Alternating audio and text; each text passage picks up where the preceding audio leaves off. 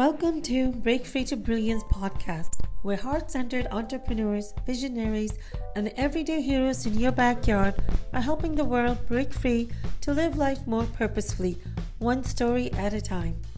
I am Seema Giri, your host, an award-winning author, entrepreneur, and holistic lifestyle strategist.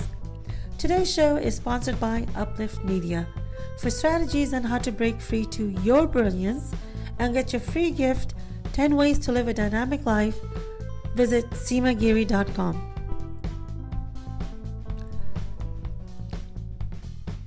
Sorry. Welcome to Break Free to Brilliance podcast. We're so happy to be here with you today. And today we have a very special guest from our book that we just launched, Break Free to Peace, Love, and Unity. Today we have the #1 international best-selling author, Ariel Bickel. So let me formally introduce you to Ariel. Ariel is a visionary rebel. She embodies paradigm shift through her work and play as transformational coach, speaker, and best-selling author. She is a shameless advocate for self-empowerment and determination, using her fiery compassion and wisdom to guide individuals in their journeys of rediscovering and reclaiming their joy. Abducted by her father twice before she turned 5, successfully hidden from her mother, trained to lie about her true identity until eventually forgetting who she was, and raised in an environment of abuse and indoctrination, Ariel intimately understands the pain and pleasure of setting off dynamic catalysts for personal transformation and liberation. Ariel provokes and galvanizes shift through her consulting, coaching, public speaking, writing, teaching, and community organizing. Ariel's Heart Becoming the Fire offerings, including The Awakening Activist and Playing with Fire, will be going live later this spring.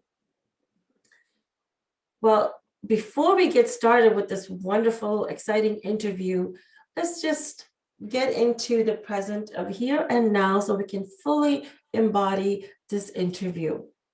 So let's just close our eyes for a minute and take in deep cleansing breaths all the way down to your belly, and then exhale. You just want to get rid of any kind of energy that is not going to serve you right now. You must have been rushing until now, getting to your next appointment, your next work, and you have work that is coming after this interview, things that you're planned ahead and you're thinking about them. Let's just let all of that energy go. I promise you, they're all going to be waiting for you. But for now, just let it go. Taking another big inhale. Exhale slowly. Now, I would like you to bring your awareness to your heart. If it helps, you can put your hand over your heart. Taking a deep breath and think of a happy moment. It could be something from today, yesterday, or any time period of your life. And enjoy it as if you're experiencing it for the very first time. Think of the touch that was there, the smell, the taste, if food was around. Who were you with? Just enjoy the peace, the love, the unity you had felt at that time, the excitement, the bliss. Inhale all that in and exhale anything that is not serving you right now. Now I would like you to bring your attention to your crown chakra at the top of your head. And think of a second happy moment. It can be anything from any time period of your life. And just enjoy the bliss as if you're experiencing it for the very first time. Just inhale that in, and then inhale that joy, that peace, that love you were feeling at that time. And exhale anything that's not serving you. Now that we have our hearts open, let's just connect in to the higher self and open ourselves to possibilities. We're here together for a reason. There's something that you're meant to hear. There's something that you're meant to experience. Maybe it's for you, maybe it's for someone else. And you could be that messenger of carrying that message to them. With the next inhale and exhale, we're going to be present in the here and now, and just see what is being called upon you to share with us, to hear from us, and what we, as the host and the special guest, what are we feeling into the present moment to share. With the next inhale and exhale, we'll open our eyes and be totally present to the now. You can open your eyes. Welcome, Ariel. It's so wonderful to have you on our show today. Hi, so excited to be here, Seema, with you again. This is really exciting. Thank you. It sure is. And now you are a two-time #1 international best-selling author. How does that feel? It feels amazing. And I think the first time it didn't completely sink in. And this time I'm owning it. It's landing. And it just feels really wonderful to be part of a project with all these other amazing writers, and also to have my words out there. So yeah, your story definitely matters, and it's so important to share the wisdom that you've gathered so far. Now, as we were doing the meditation, what was called upon your heart today? So I think definitely in alignment with this book, a couple things. One, first of all, is I experience what came up for me first was sit in this moment and see this moment, feel this moment as the most perfect, blissful, expansive, best memory as it's happening. And what does that feel like? And I felt some openness. And then the next thing that came up was the practice of Maitri, which I recommend to people at the end of my chapter with Pema Chodron, which is loving compassion meditation. So focusing on compassion for myself and then moving that outward to my friends, to my loved ones, people I don't know, to the people maybe that I would consider enemies or threatening, and eventually out to the whole world.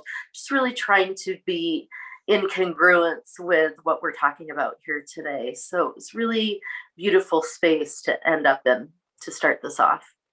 Beautiful, beautiful. Thank you for sharing that. Yeah.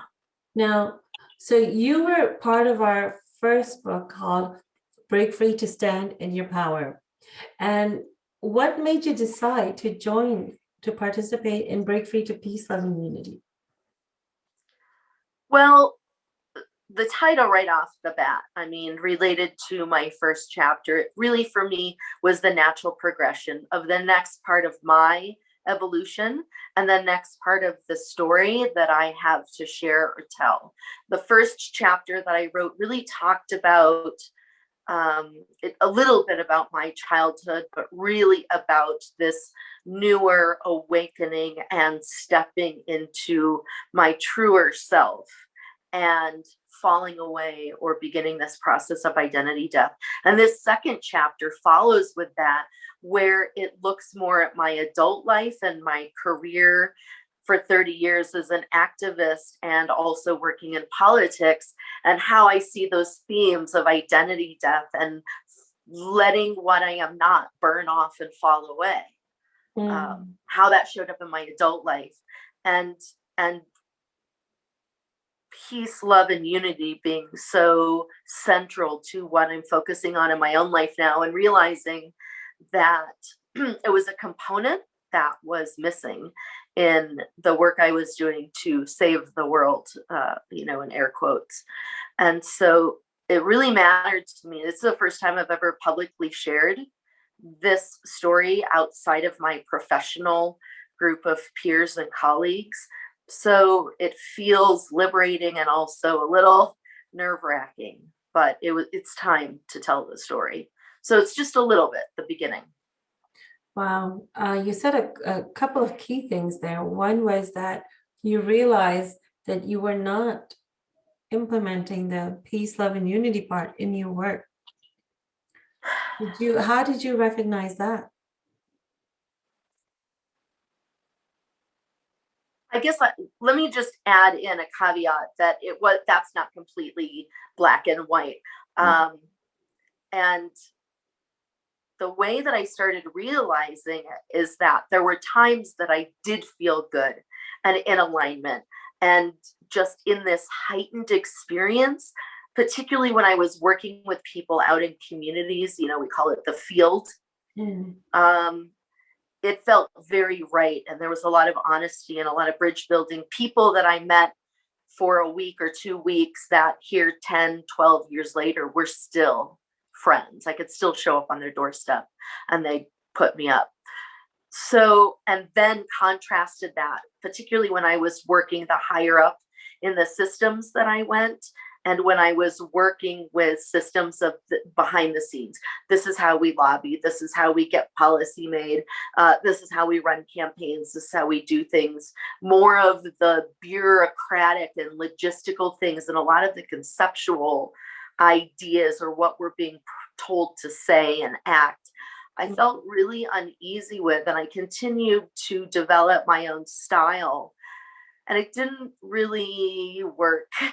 It wasn't always received, I guess, by the people I hate to, in the system, but people well-intentioned, but what I was trying to accomplish, I think, wasn't always understood. And I didn't convey it the proper way. And it just wasn't, I learned some hard lessons. Some things I'm absolutely not okay with, and felt when I look back at the things that we would sit around and talk about, voters or people in communities, and even how we would talk about opponents, it's not loving, it's not kind, it's not unifying, it's not peaceful, and it's frankly it's really BS compared to what we say we want to see in the world. The other part, and this actually is where it started for me, I should say, is that internally in our systems, we weren't being paid what we were worth.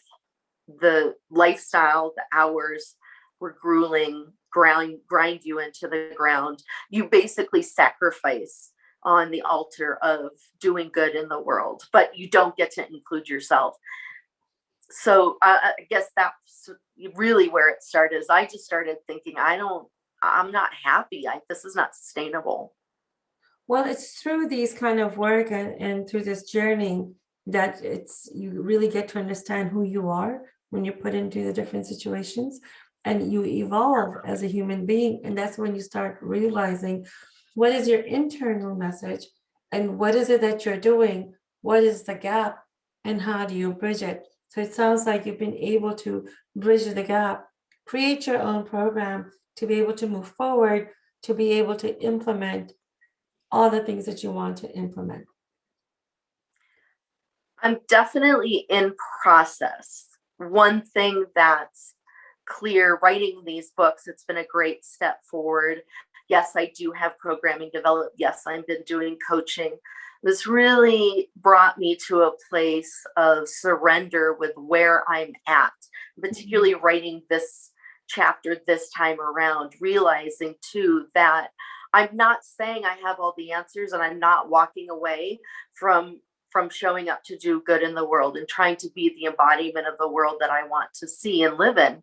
It's that I'm continually releasing the old way of doing it and embracing more what is intuitively coming to me. And so if I had a message to share with listeners, it would be that I'm a continual work in progress. There's nothing fixed or finite. And what I wrote in this book may be something completely different a year from now. I don't know. And that's the same thing with my programming.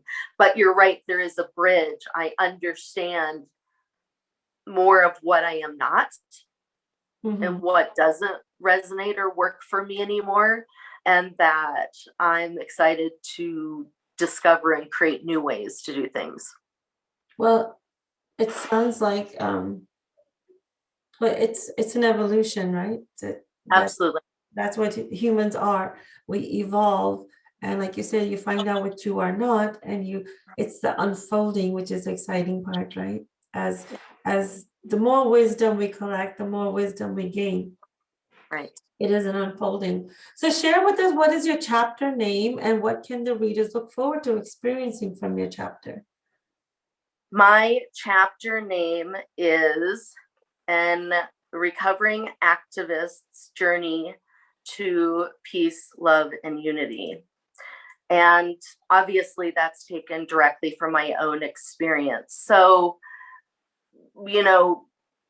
I guess to continue with what you asked me about finding my own peace, love, and unity, this chapter really encapsulates where I came to at the end of a lot of years doing work with community, is that not just how I was being taught or I was going out and putting things into action in the world, but how I was constantly treating myself, what I was settling for, what I wasn't allowing myself to have, and that it wasn't a peaceful, loving place. And I didn't find unified. The model was, you've got to be against something, even if you are for something. And I felt never whole. I felt compartmentalized. And I didn't feel like I was being honest within myself. And so, that chapter for me, that title, of the chapter really sums up the part of the journey I'm on right now, is that inward journey. And how you might have touched this upon a little bit earlier, but at your journey as an author, how was it different this time compared to the first time? Just as you're progressing as a writer, as a woman, and especially in these unprecedented times that we are going through. Right. Certainly, as a woman who is continually focused on self-determination and self-empowerment, to do anything like this, that's a challenge. Now, I should say I have been a published writer before, but it's been in newspapers and magazines and, not in a book. So this was a big step forward. And that's always empowering when we take that chance and put ourselves out there to something that, even if we know somewhere inside us we can do it, it's still scary to do it at this level. I would say as a writer, certainly I was more trusting of my own words and letting things, basically my chapters told me what they wanted to say. Mm-hmm. And I had to write it. The first time around, it was a big struggle. My old brain kept trying to course correct. It was trying to force me to tell this story that I'd outgrown. And it was a pretty painful process until I got to this time. I just trusted what came out. And I thought, my brain was like, oh, are we ready to say this in public? And it must be time or it wouldn't be coming up. So the second time, self-trust, trusting the process, allowing myself to enjoy it more and not being so self-critical, particularly on the days when I was melting down or I went back and needed to rewrite and I started doubting and taking things out, or, just the entire process. It's definitely, the first time was strengthening, but the second time was like, yep, I'm an author, I'm a writer, and I trust what comes through. That's a key point. Trust. You have to know. Many people think that, first, I've come across a lot of people who said that their story doesn't matter, or they don't realize how important the story was. And you also touched upon it. You said it was really scary, but then you did it anyway. What was that one thing that made you say, this is scary, but I'm going to do it? How can you help our listeners who are on that stage, who want to share, but are scared, or who may think that maybe their story doesn't matter? It's a pretty classic, and maybe it even seems trite at times, to say that if we impact one person, then we've lived a good life. And I would say an adage that I learned from a coach many years ago. We're always having an impact. Mm-hmm. And so part of it was for me to trust that no matter what, the one person was me. Yes. Just by writing the book, I was being impacted. I was impacting myself through the process. And so how would that better prepare me and help me evolve to go out and serve in the world better than that? And then I thought, and yeah, if just one person picks up this book and reads my chapter, really resonates with it and thinks, oh my gosh, I thought I was weird, abnormal, the worst person in the world, that this wasn't allowed. I couldn't publicly acknowledge that I had a meltdown, or that I had made a conscious decision to choose a different path and it wasn't celebrated by everybody, whatever the story is. If my sharing my story with people can support even one person, then I have to remember how critical it is. And I think that's part of coming from the work that I do, community organized in politics. People become numbers. I'm sorry, I don't care how community-based your program is. We look at, data. We're pushed to look at data and people become numbers. And we forget. It was not till I would be out in community at somebody's door having a conversation about what are your greatest fears and issues right now. And I would stay and listen to them share their story. And I would get thanked all the time just for listening. And they said, nobody ever asks me what my story is or how I feel or how I care. And then I mean, there are people I remember from 20 years ago hearing their story. So you know what I mean? It was like being the author on the other side, remembering what it's like to be in the listener seat, then to get into the author seat, say one person, then it's been worth it. And also include myself. So already like two people and it's been worth it.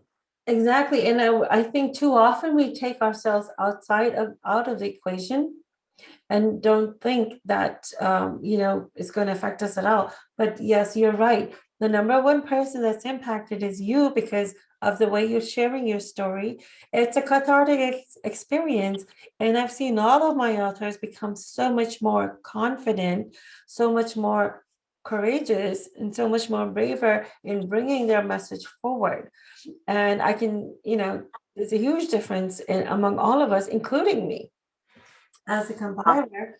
Every time we do another book, every time I'm talking about it, every time I'm bringing a whole group together, my confidence level, the way I show up is very different. Absolutely. Because of that experience, because of that wisdom we've gained during this time. So you show up very differently and more powerfully for the people that you're supposed to be impacting, your tribe. So that is a very important distinction to keep in mind. I know all of our author stories are evergreen. So it doesn't matter what time it is in the world, whatever is happening, it's going to be impactful in a very strong way and powerful way at any period of time. But how do you think we're still in the pandemic, we're still fighting with a COVID-19 pandemic. How do you think our story or your story can impact during this time even more? So many people that I've talked with, friends and, peers and other cohorts and groups, have shared the feedback that it's not just saying that this period of the pandemic has been a time to go inward and get quiet and, reconsider.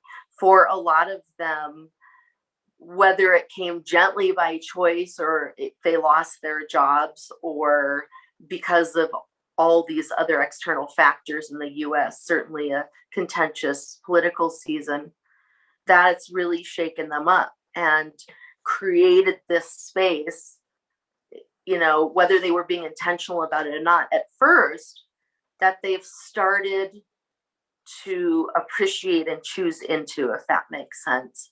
Mm-hmm. And that, peace, love, and unity, yes, are evergreen all the time. And also when we are in a time where at first everybody comes together and it's unity and it was beautiful, and then we see people's nerves starting to fray and people's issues and people getting triggered, and then it becomes, well, whose fault is it, and who's wearing a mask and who isn't, or all these contentious things. Do we stop and really look in the mirror and within and contemplate, how at peace am I really? Am I able to recognize that no matter what circumstances, conditions out me are going on around me, that internally is where the peace, the love, and the unity always abides, is always available for me, and must come from. And can I take advantage of this slowing down time? And can I take advantage of the chaos and the fear and the triggers to actually use that to work internally to find my own equilibrium, my own sense of self, and then apply that? That's why I love that Maitri loving compassion meditation. It's exactly about, you start with the peace, the compassion for yourself, and then you radiate it out to the world. That is what brings about change, not who gets elected or, going to war to prove who's right and who's wrong. And so I think this book, has come about at a time that is critical for this with the pandemic, not just because people can draw strength from our stories, absolutely, but the richness and the layers in these stories right now. We really read into each author's journey and take it all the way down to the depths and realize this is really challenging and rough, and it can be catastrophic for a lot of people. We don't minimize that. And yet, to come through this in an elevated way and to come through it and contribute to creating this next better level, right, of the world together, takes going into this deeper journey. Peace, love, and unity without the internal peace, love, and unity isn't sustainable. It's not really a thing.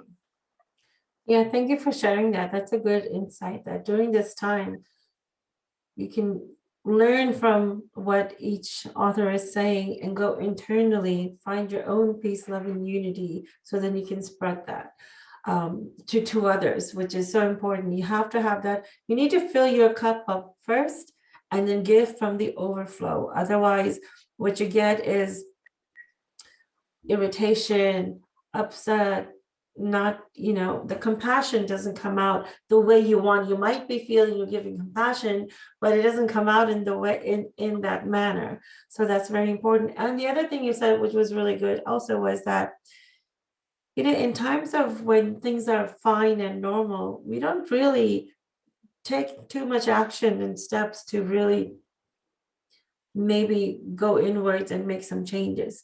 So during chaos, a lot of things come up, whether we wanted to or not, because we're going through that. So how can you take advantage of that chaotic period to really make a jump to the next level for yourself? I think that's because the rumbling is going on anyway. I think Brene Brown talks about this rumbling, right? The reckoning is happening. The rumbling is there. So the rumbling is happening anyway. So take that and take it to the next level of reckoning for yourself and come out better and stronger. And when we do it together, it's always so much better. Right. Brene Brown, fantastic. And I also start off my chapter with a quote from Muji, who I really only discovered during this last year, that showed up at the right time. But he always talks about it. He goes, we need a little trouble.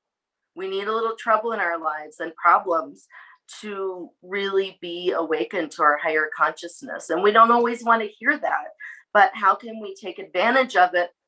I was exposed to, I mean, we've all heard of gratitude practice, write a list in the morning, write a list at night. It's great. I started going to a gratitude circle in 2019 before COVID hit. And I was in a really dark place. So I started going to a group. I thought the extra support would help. What I discovered is I felt that I needed to start having gratitude for my darkness and the fears and the chaos and all the ugly stuff, because otherwise I was just glossing over it and I couldn't get through it. And something about a practice now that I call radical gratitude is going in and exactly what you're saying, seizing the day with the chaos, the darkness, the fear, is turning around the internal demons and doing the work with those things to befriend them, to work with them, but to not let them be driving the car anymore instead of running from them, because they'll always run faster.